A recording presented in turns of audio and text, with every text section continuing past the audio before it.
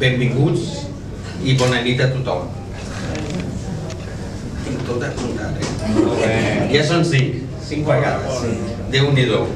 La 5a vegada que soc aquí inaugurant una exposició. Com passa el temps?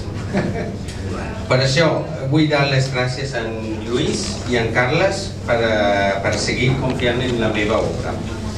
I també us vull felicitar per aquests 20 anys de feina com a galeristes, 20 anys en aquest món de l'art que és molt tormentós i convuls, sobretot últimament, és tot un repte. I espero que la vostra feina duri molt temps, estic segur. I anem cap als 40. Això sí.